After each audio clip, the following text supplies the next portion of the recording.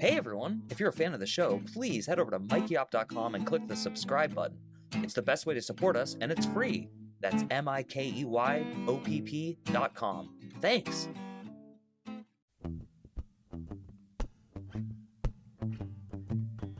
Hi, I'm Mike Oppenheim, and you're listening to Coffin Talk, Exit Interviews with the Living, a weekly podcast that explores how our views on death affect the way we live our life. With me today from Phoenix, Arizona, is Mr. Glenn Few. Hi, Glenn. Welcome. Hi, Mike. How are you doing? I'm doing great. I'm actually really excited to interview you. I just mentioned this in the pre-interview, but I don't know that much about you yet. I've spent a lot of time with you in our local writing group, so you piqued my interest because a long time ago you mentioned that you worked in law enforcement, and then more specifically, you had mentioned that you worked in prisons. And so for the purpose of talking about how our views on death affect the way we live our life, I thought there was no one more perfect than someone who has worked with the quote-unquote rehabilitation business, which is something I care a lot about. So without any further ado, do you want to explain how you got into that and maybe give us some more details that I left out? Well, let's see. I would have to go way back, probably to the period after my first divorce. I had a sort of an episode. I withdrew into a sort of a man cave, I guess is the best way to put it.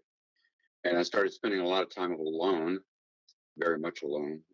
I went to work, went home, that was it. I started watching TV a lot in the evenings. That's about all I did. And one night I was listening to watching a newscast, and the talking head on the newscast started saying something I disagreed with, and I started arguing with him, and he wasn't paying any attention at all to what I was saying, and I just got angrier and angrier. And I stood up and I was shouting at the TV, and all of a sudden I just realized that I was shouting at a TV. I thought the first thing I thought was that I needed to get a social life. The other thing I thought was that I'd like to find out why it was I was doing that. And so that got me interested in psychology. I started taking psychology classes. I was in the Air Force, still in the Air Force at that time. Real quick, just for reference for our listeners, is this like the 1970s or? Oh yeah, this was in 1976. And I had been in the Air Force for several years at that point.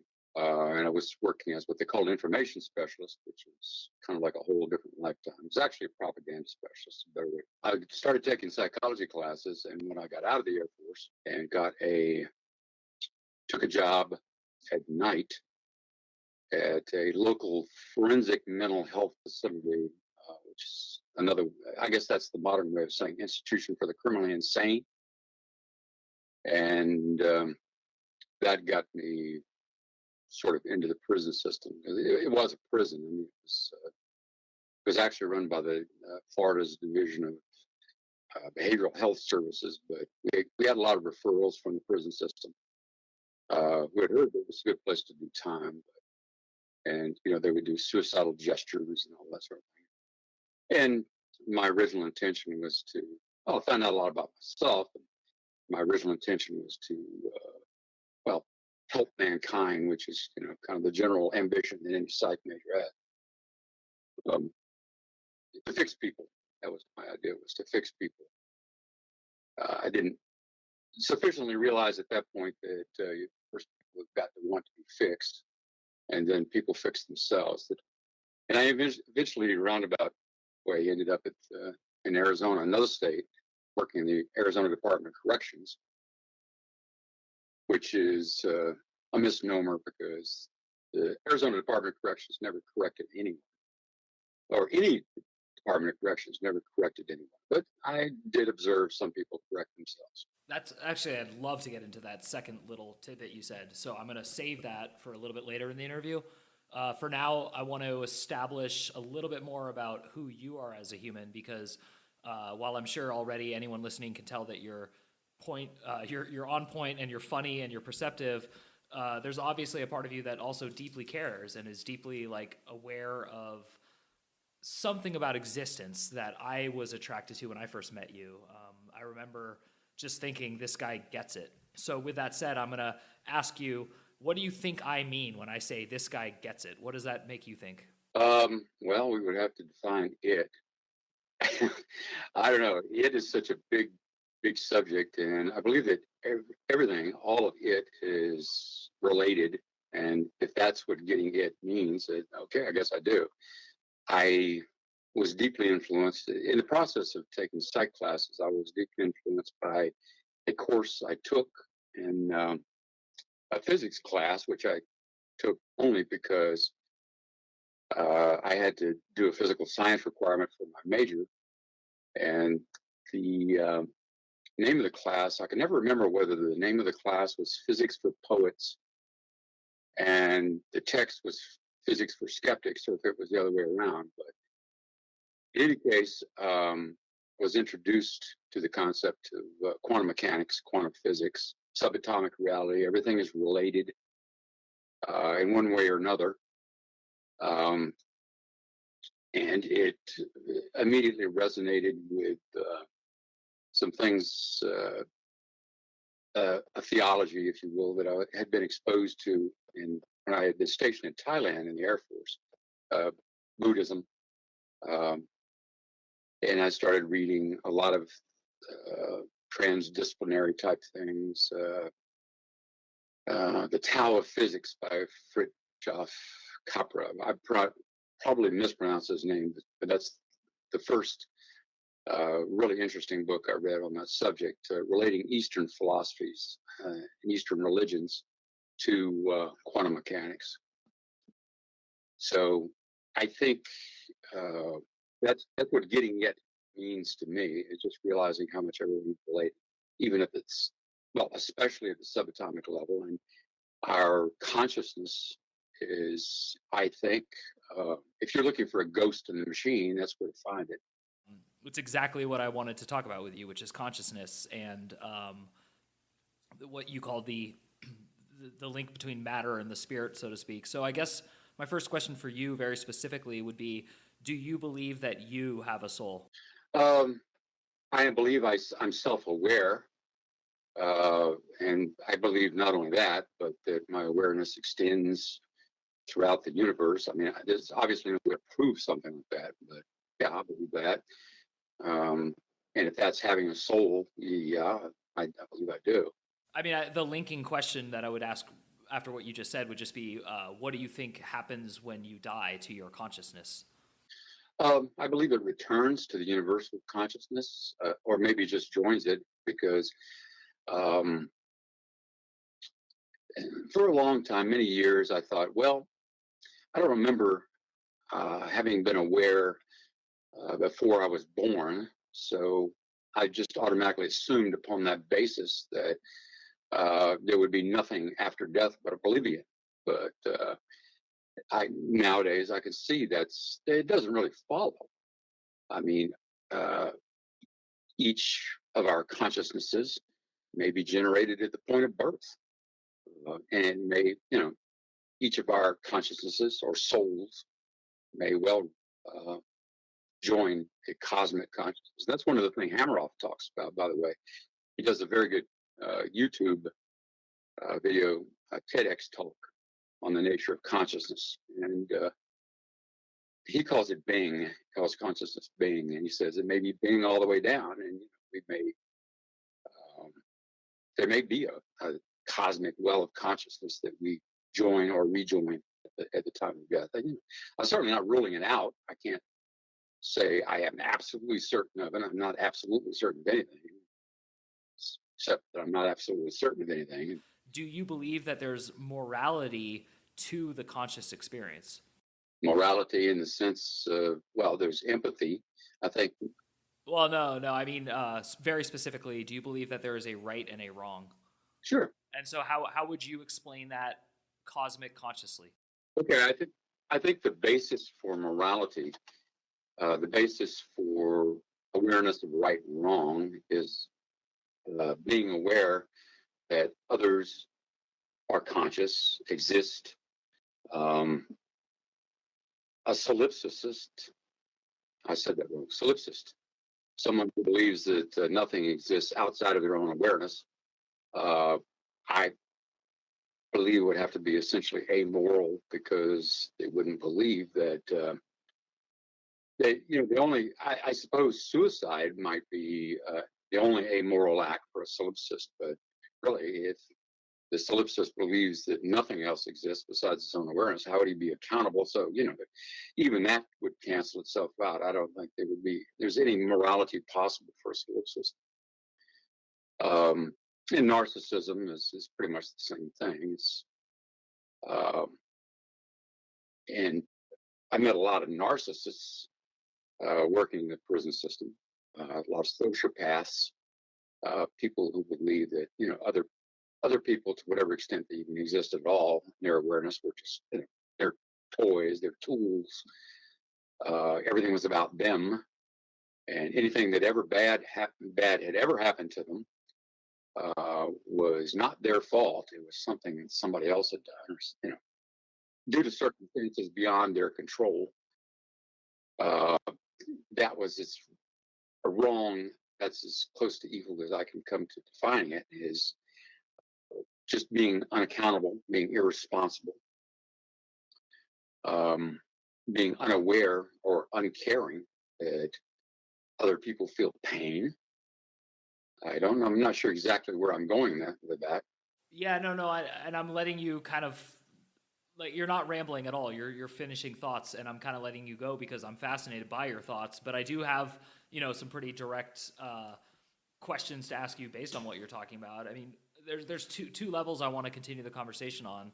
The first level is I want to talk about the reality of our prison system and criminals, and the idea that, like, there are quote unquote evil people, because I think you have, like anyone in law enforcement, a very unique ability to talk about that, because when you spend time like you have in a career with it, it's very different than like watching TV, having one or two interactions with a criminal, etc. So, my life, like, I've been touched by crime, but I didn't indulge in the world of criminals. So you're actually you're a very nice person, you're a good person, and you're pretty warm. How did you not, like, let that part of you die when you were around so much? Well, I mean, because you used the word evil, or you said as close to evil as you could come to. So, like, how did that affect you, seeing these people who are, like, actually what people fear?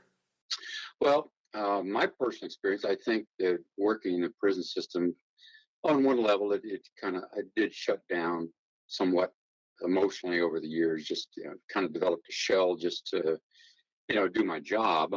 But I think the long-term effect of working in the prison system was kind of opened me up.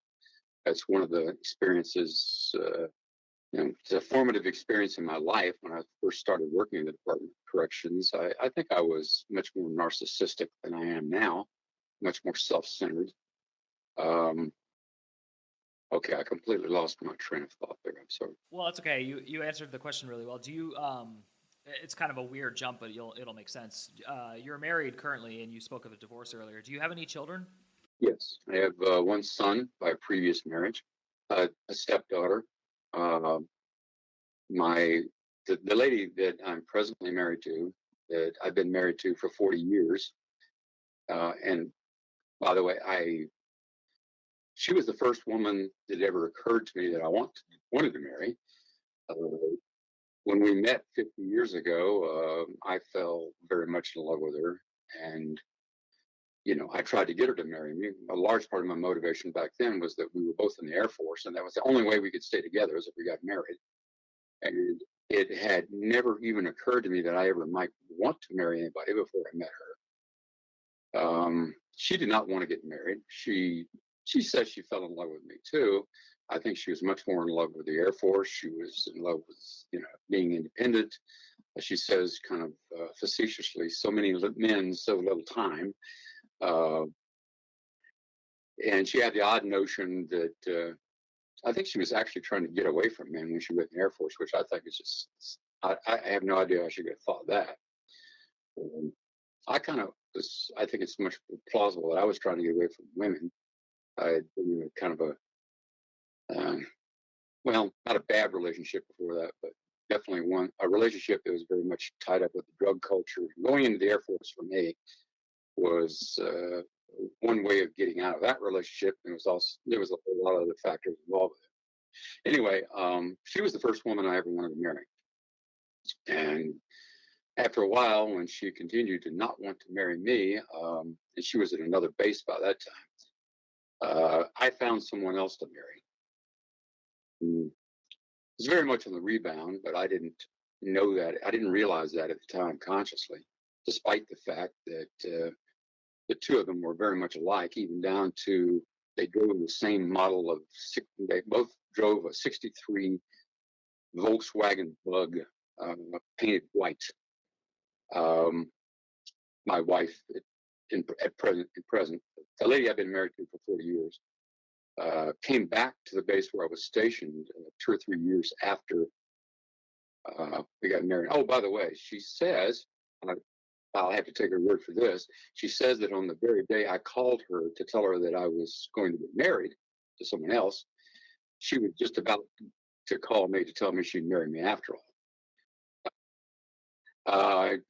We have endless debates, well, speculation more like. We agree that there's no way to know how that would have turned out. We might have lived happily ever after, or knowing each other as we do now, we can see there's a certain potential we could have eviscerated each other. But as it turned out, we did not get married. I married someone else. She never got married during the 10 years that we went our separate ways.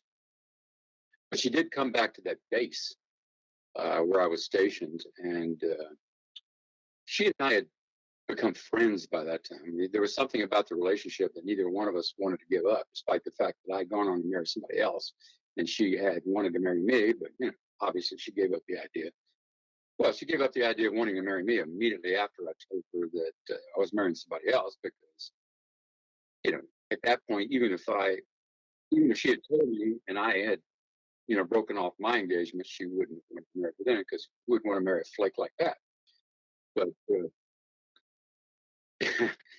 she never quite said that, but I'm pretty sure that's how she would have looked at it. Anyway, she and I were friends by the time she came back to the base, and I took her to meet my wife at the time, and they got along famous.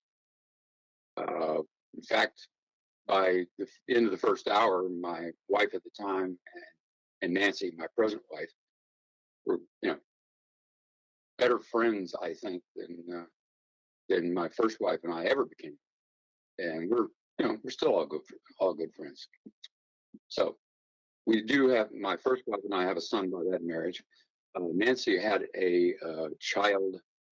She never got married, but she did have a child as a single parent during the 2 years that we went our separate ways. And then in 1981, I was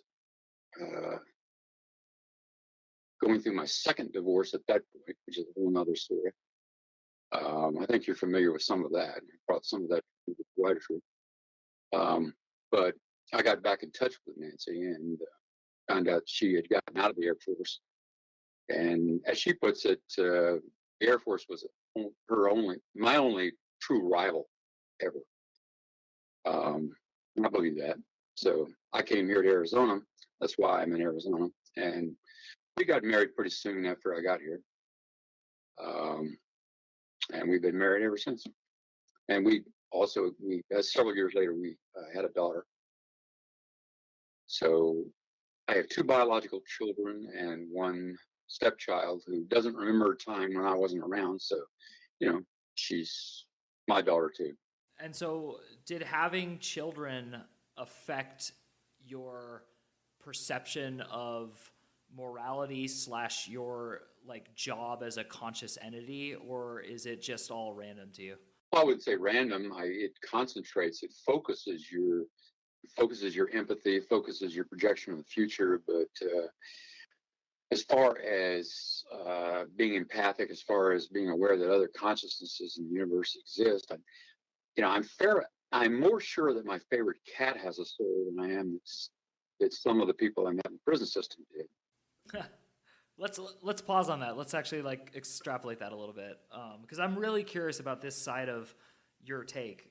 And again, I could talk to you for more than half an hour about this, because I want to hear your opinion as well. But I really want to tie this into how did your experience working with criminals. And again, it's not criminals. It's not like people who did drugs, people who sold drugs. It's not about that. It's more about what we're really talking about, which is this like inherently bad person, this person who, like you're saying, is worse than your cat.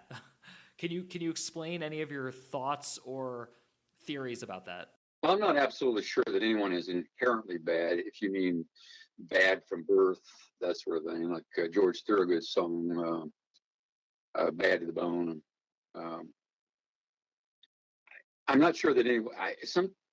Sometimes I had the feeling that there was no power on earth that was ever going to, as you say, rehabilitate someone. In order to be rehabilitated, you have to be habilitated to begin with. And I think that some people are so brutalized, and it may be genetic. I have no idea. I have no notion as to the extent to which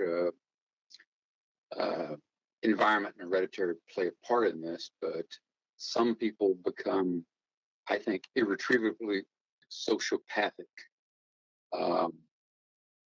At least they can't be fixed by any presently constituted Department of Corrections, for sure. And the reason I think that Department of Corrections are the whole term is a misnomer is because I believe that people have to be, it doesn't matter what resources you throw at a problem. It doesn't matter how well it's run. It doesn't matter how efficiently it's run. Doesn't matter how enlightened the people are who are running it, except insofar as I think they recognize that people either fix themselves ultimately or they don't get fixed. And if you make it, if you provide the optimum environment for people fixing themselves, I think you can do some good. It's one of the lasting things I took away from the prison system was just an acute, very sudden, I guess, adrenaline-driven, heightened awareness of other people's intentions. It suddenly was very clear to me that this man was more afraid of me than I was of him. It kind of kicked me into a sort of a, I don't know, time seemed to slow down, and there's this, and the fear was replaced by a sort of, I don't know, it almost felt like an endorphin thing. I could see how people get addicted to it. There was just this sudden feeling of just, yeah, I know who this guy is. And I said, well, thanks for the warning. He looked at me, he says, I'm going to do it sometime when you ain't looking. And I said, well, if that was your intention, you may have made a mistake because I think you just made sure I'm always going to be looking. And he just kind of like, his eyes sort of rolled around his head, and then he started laughing a little bit. He says, well, maybe I won't kill you after all. And I said, oh, okay, well, thanks for that. He says, but I might. I said, well, again, for that too. He says, yeah. And he just, walked away. And that was my first, really, that was my first experience in any kind of institutional environment. Yeah, and actually, it's a great way to kind of bring things into a glorious union of, I mean, I just feel like we've talked about so many things in like tangential ways, but I kind of want to like center it into some sort of takeaway for our audience. So I would like to ask you, since you do have children, and I know you specified which ones were biological and which ones you raised, but either way, they're all children to me. And since you are obviously going to someday pass from this earth, what do you think is the imparting advice you would want to give to not just your children, but to other people who are going to be here after you? How would you help us just have an easier time here on this planet? What would be your advice? Well, be very careful who you listen to. And just because someone is rich and famous doesn't necessarily mean they're wise. In preparation for this interview, I would like to get this in somewhere. Yeah, please, go ahead. Please. In a quote from Orson Welles. Now, I have a great deal of respect for Orson Welles as an artist. But he said something once that I think is just, I don't know, let you make up your own mind. Orson Welles once said, we're born alone, we live alone, we die alone. Only through our love and friendship can we create the illusion for the moment that we're not alone. Okay, to me, that pronouncement seems a subspecies of solipsism. Unless you believe that everything that you perceive is only a figment of your imagination, why not believe in the reality of our experiences of not being alone, no matter how unique the details of our individual lives may be? We all die.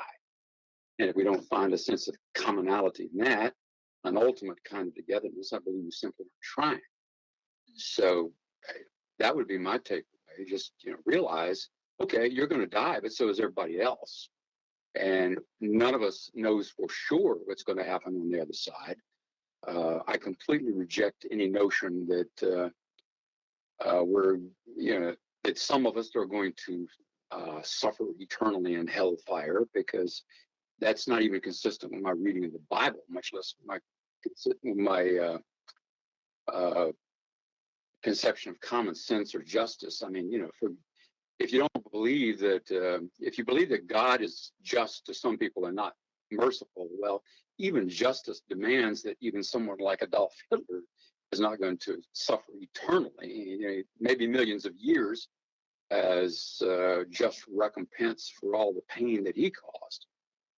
But, I would want people to get rid of the fear of death, the fear that it's only going to happen to them, because that is narcissism. That is solipsism. The idea that the universe dies with you, well, even if it does, so what? You're not going to know about it anyway, so what's the difference? Wow. That was profound, and I'm going to be thinking about that a lot. So, wow. Mr. Glenn Few from currently Phoenix and originally, I believe, Florida, thank you so much for helping us put another nail in the coffin. Once again, this is Mike Oppenheim, and you have been listening to Coffin Talk, exit interviews with the living, and we will see you soon. Walking alone.